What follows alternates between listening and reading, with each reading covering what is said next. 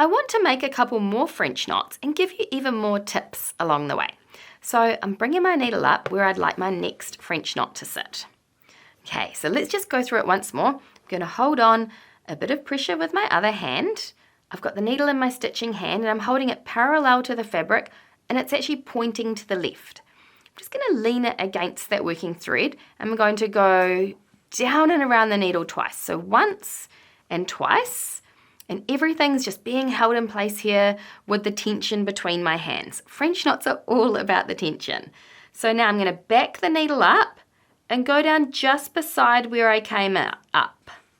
Now, if you poke your needle into the same hole, you could have problems and your French knot will disappear to the under the side of your fabric. So make sure you're just beside, not in the same hole. I'm going to poke the needle down a little bit, and then remember I'm pulling on a bit more tension with my other hand, and I'm going to stand my needle up and look at how those wraps have just made their way onto the surface of the fabric. So I'm going to poke the needle down a bit more. I'm using my other hand to hold that lovely tension by pressing the working thread against the fabric, and I'm holding the side of my hoop. Now I'm going to poke my needle most of the way through.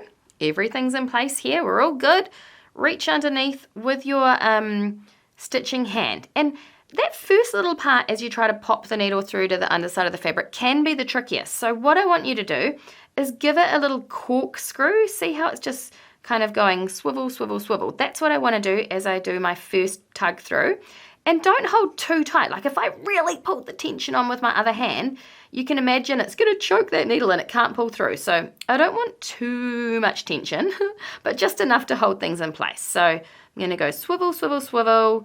And it's just as that tail disappears, you feel it pop.